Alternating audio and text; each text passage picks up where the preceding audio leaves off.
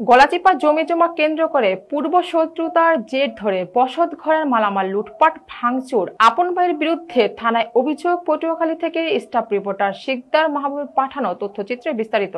পটুয়াখালী জেলার গলাচিপা উপজেলার চরবিশ্বাস ইউনিয়নের ১ নং ওয়ার্ডের উত্তর চরবিশ্বাস গ্রামের জমি জমা কেন্দ্র করে পূর্ব শত্রুতার জের ধরে আপন বোনের বসত ঘরের মালামাল লুটপাট ও ভাঙচুরের ঘটনায় ভাইদেরকে আসামি করে গলাচিপা থানায় সালমা বেগম বাদী হয়ে একটি অভিযোগ দায়ের করেন।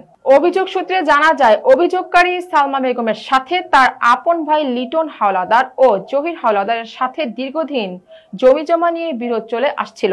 উক্ত বিষয় নিয়ে স্থানীয়রা সালিশ বৈঠক করে মীমাংসা করার চেষ্টা করলে উভয় পক্ষ সেটা প্রত্যাখ্যান করে। গত ৮ই আগস্ট দুপুর আনুমানিক ১২টার সময় অভিযোগকারী সালমা বেগমের বাড়িতে ঢুকে জোরপূর্বক জমি দখলের চেষ্টা করলে সালমা বেগমের সাথে এবং তার ভাইদের সাথে কথা কাটাকাটি হয়।